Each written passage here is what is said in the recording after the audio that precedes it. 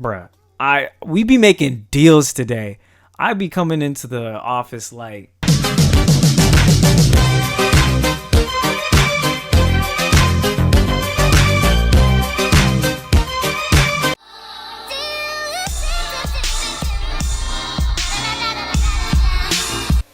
okay, so boom, what's good YouTube? We are back with MLB 20 the show in the Mets fantasy draft franchise, and we are here in July 2020. At least we're gonna sim to that and go midway to the All-Star game and see who on our team is able to get an All-Star nod, and then we are going to see some trade deadline action because our team is right now 3 points behind a wild card spot and about 6.5 games behind. I said points, games behind. I forget the Miami Marlins, who's actually in the playoff spot in real life, or in the playoffs right now in real life. Behind them, 6.5 games. So they're leading the division right now. Again, this is kind of a win now kind of fantasy draft, not anything to do with drafting young players and try to improve them. This is a win now situation. So I'm supposed to win the division right now in my contract, and that's like my goal for the contract. So it doesn't look like I'm gonna do that. So I gotta find a way to at least make the postseason. So, first things first, let's go to the All-Star game. Okay, so here's the record after we kind of simmed to the All-Star break. Now we're 5 games behind. Like, this should not happen. Like, I feel like we have a good enough team to at the very least, make the wild card. I think I built a good enough team to win the division, especially with our pitching. So, kind of disappointing. So, definitely, now we're kind of getting a better picture of what we're gonna do at the trade deadline. So I think I got to make some deals to improve this team. But first, let's see who made the All-Star team. Okay, before we do that, I just checked the home run derby, and it looks like Trey Mancini made it. He has 27 bombs. I might need glasses. Holy, 27 bombs already at the All-Star break. He's batting 6th. With this, I wish we could know who won through like just simming it through the calendar, but I won't even know. I don't really care. So we're just going to move past it, but great for him for making it at least. Okay, here we go. So here is the All-Star team. My prediction, Trey Mancini for sure. Paul Goldschmidt, and at least one of our pitchers, because our first 3 picks were starting pitchers, so we're gonna look through this. Lance Lynn, Zach Greinke. What? Yo, there are not even bullpen arms. Not even bullpen arms. Wow. Okay, so we just got snubbed. None of our pitchers, bullpen or starters, get into the All-Star game. So these are the position players. Okay, Wilson Ramos made the team. Wilson Ramos made the team. What is he doing right now? Okay. 11 bombs. Nothing crazy. 264 or something like that? Bruh. That's it? Vlad Jr. Bruh. We have one guy in the All-Star team, and we are 5 games behind the wild card. How does this happen? We have a trade to announce. And for those of you in the building, you'll be particularly interested. Boys, I got a blockbuster for you. So look, we've got Aaron Hicks, and we're going to trade him away.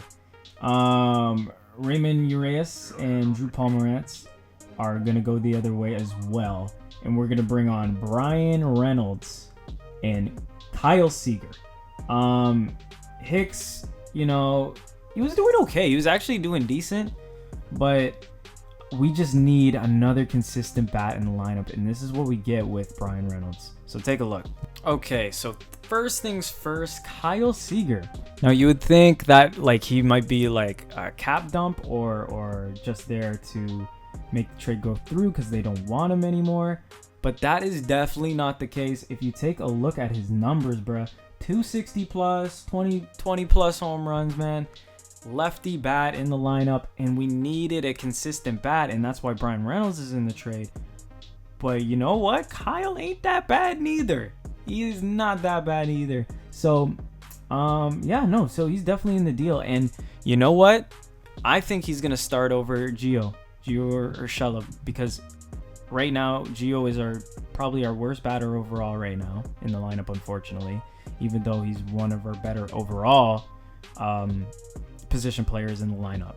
But Kyle through the sim is looking nice. 81 overall. Gotta definitely put him in there. Okay, to the main piece of the deal. Bryan Reynolds, he was an absolute monster for me in Diamond Dynasty with my starter team. And 99 contacts against righties. And he's a switch hitter. And he's 25. We have an older team. So this is an unreal get. He's B potential, still only 25, hitting 325 right now with an almost 400 on-base percentage. He's exactly what we need on the team. We're not getting consistency offensively from any of our guys, even though we have guys like Michael Brantley and Paul Goldschmidt. Just the consistency hasn't been there, and that's probably why we didn't have many All-Stars. So this guy fits perfect in the lineup. We're kind of taking a cut defense-wise because Aaron Hicks was our best outfielder defensively. But 68 in center field is going to have to do because we need to get the bats going. We already have great pitching.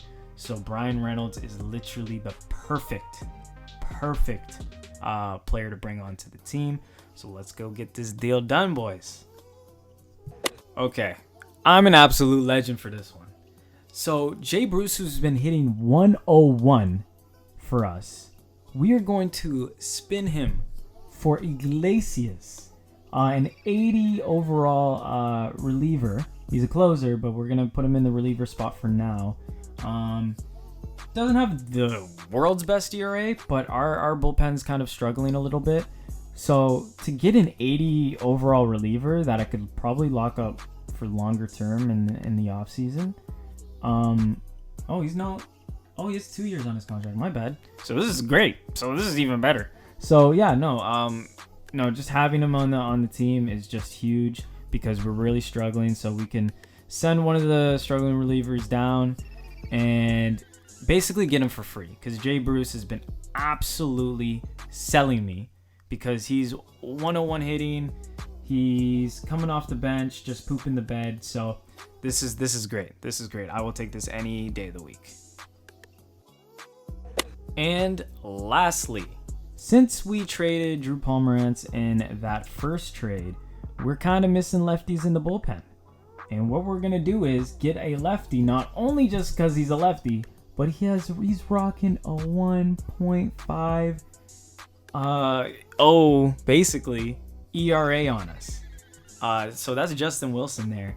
And we're going to trade him for Evan Longoria, a guy that only has about 20 at-bats for us. He's coming off the bench. So to have kind of a absolute elite ERA on our team, coming from the lefty, just improving that pen once again, just basically for free.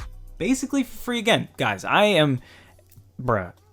we be making deals today. I be coming into the office like...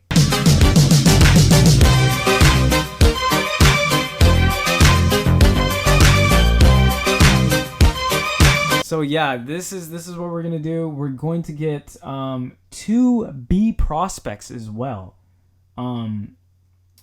But obviously they're relievers. But 2 B prospect relievers as well, for free. So why not take it? I mean, obviously it's not sexy getting having a B potential guy, but he's a reliever. But hey, I will take it, and I would have done it 1-for-1 just to get Justin Wilson. So that's the deal, and that kind of wraps up our trades for the day. So let's go take a look at this brand new New York Mets lineup. Okay, so here's the brand new team. So we got Bryan Reynolds leading it off with his 325 average. Then Michael Brantley. Having them back to back is crazy. Brian Reynolds, and then having Michael Brantley right after. That is ridiculous. So Michael Brantley, 277, 9 home runs, 49 RBIs, pretty good. I don't know how he didn't make the All-Star team. Look at those numbers, man. Look at those numbers. So we're going to have Paul Goldschmidt playing first and batting third. Next up, we got Trey Mancini, 27 bombs, 61 RBIs. I will take a 24/7 average because he's just absolutely hitting bombs in the 4 spot. So that's cool with me. And yes, I did it. I put Kyle Seager as our starter. I put Gio Urshela on the bench. I had to. Look at those numbers. Compare them. It's not even close. It is not even close. So yeah, we got Kyle Seager at third. Eduardo Escobar moves to second.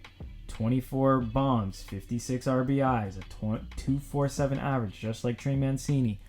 That's fine with me. That's production. That's absolutely production. So I'm cool with that. He's turning into a channel legend. How he's playing when I play him in those gameplays. So it's all good to me. Gene Segura, he's so unreal in the sim, in the game. He is absolutely a beast. If you were looking for a cheap guy to add on your franchise, go and get him. Wilson Ramos, the lone position player, or the lone player period on the Mets that got an All-Star nod this year with his 264 average and his 13 RBIs, which is pretty good for a catcher. It's pretty respectable for a catcher. So yeah, that is kind of the lineup that we have right now.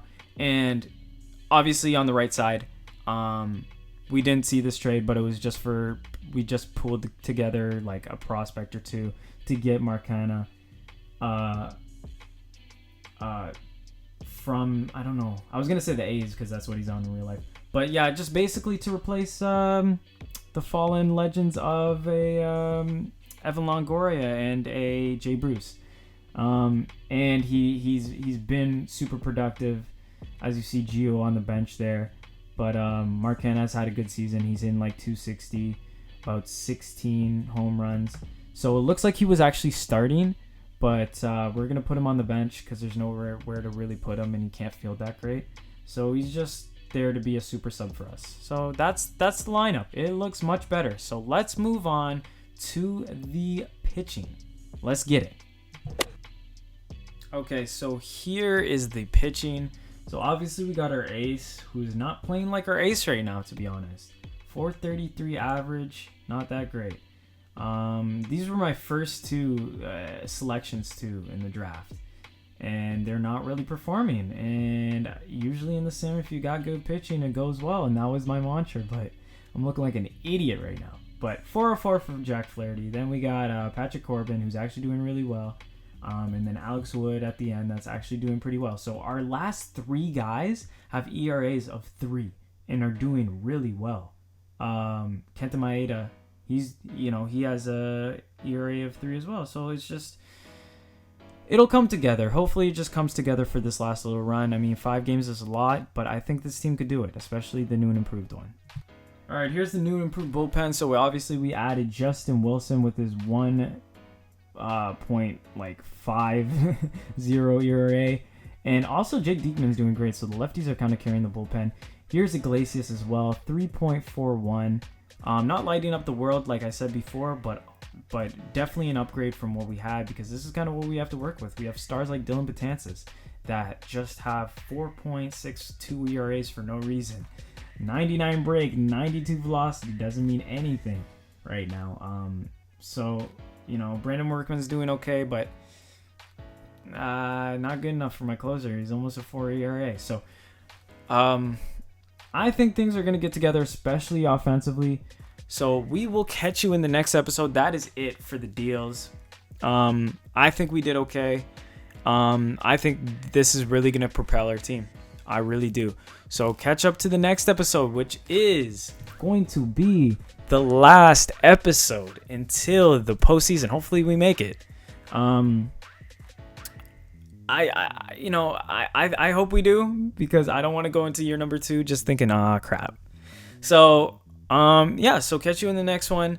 Stay safe, guys. Hit that like button. Hit that subscribe button to see more content like this. I will see you guys in the next one. Stay safe, stay home, wash your hands. Peace. No. Catch it. No. No, I don't think I will. No. Hi, how are you? What? Oh,